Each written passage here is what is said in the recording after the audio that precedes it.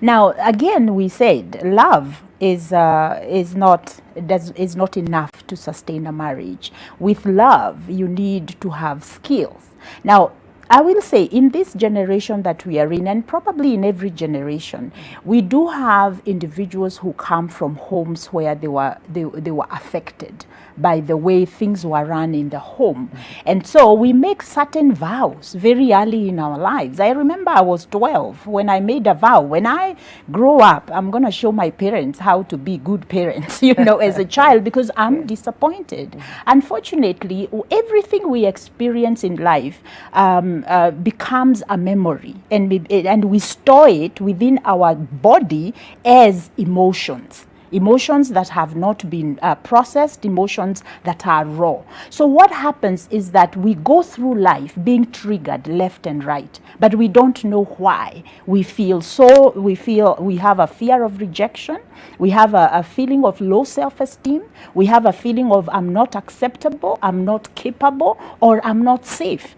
And it's because of what we experienced when we were growing up. So there is a component here, as the couples are talking about, find your own happiness first, which means that you need to understand who you are. So you begin, if you're going to find happiness, contentment, fulfillment with another person, you've got to learn how to give that to yourself. And these days, the millennials, the people who are living in this generation, a lot of us, we are carrying around a lot of unresolved issues, wounds, the emotional wounds that we have experienced over time and have never been able to process. So when you get into a relationship, what the relationship does, it triggers your unfinished business. Because remember, relationships are really intimate. So that person becomes the person that you open up to. And once you open up to them, you are either going to feel safe with them, or you're going to feel unsafe because either they betray you or they betray your trust. So what is going to happen?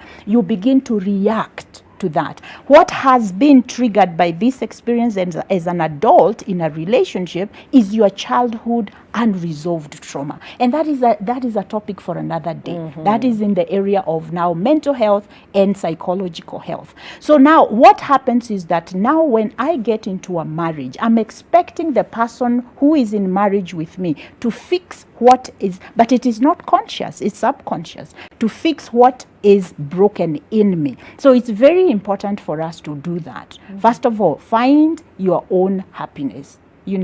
Find your own healing. And how do you know whether you need healing?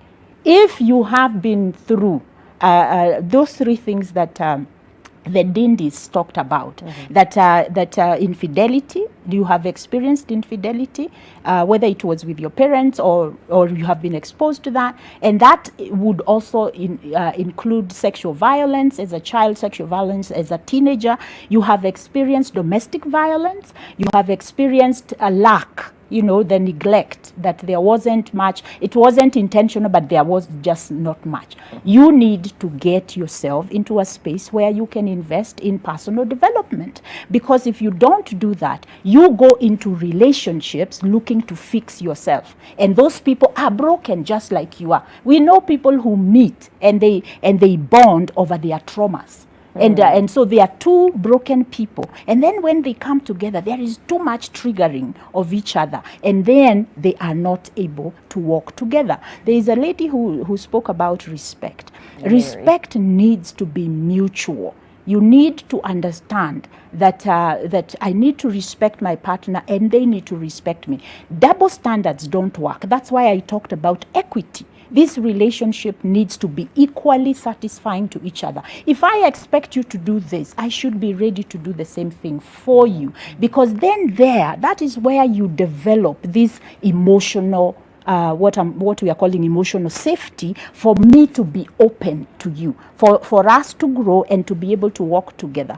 But if I'm not feeling emotionally safe with you, guess what? The walls begin to come up. And so now we go into the four things that we normally say are going to wreck your relationship. Number one, criticizing the person instead of complaining about a behavior. Number two, defending yourself.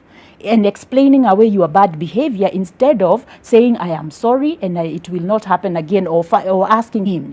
That is not going to grow that marriage. Instead of doing that, humble yourself. Don't have this superiority feeling and attitude towards your partner. And then number 4, we do need to work on the whole thing of just, now I forget the last one.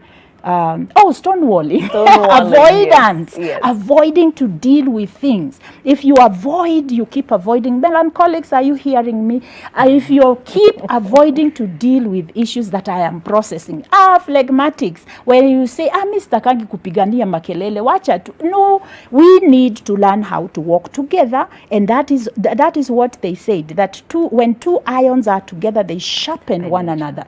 And there is something that the couple talked about that I think is wonderful, and I was giving that yesterday to a couple, that how do you know that God did not look at you and say, she needs him, or he needs her, and brought you together because you are so different and you fit in, and now you need to learn how to walk together through that. When you fit in with somebody, there will be a lot of, that's what we call the cleaving. The cleaving is not that easy. It is now you are going to be sharpening each other, but look at it as opportunities for growth, opportunities to get to know you, and opportunities to develop a better relationship.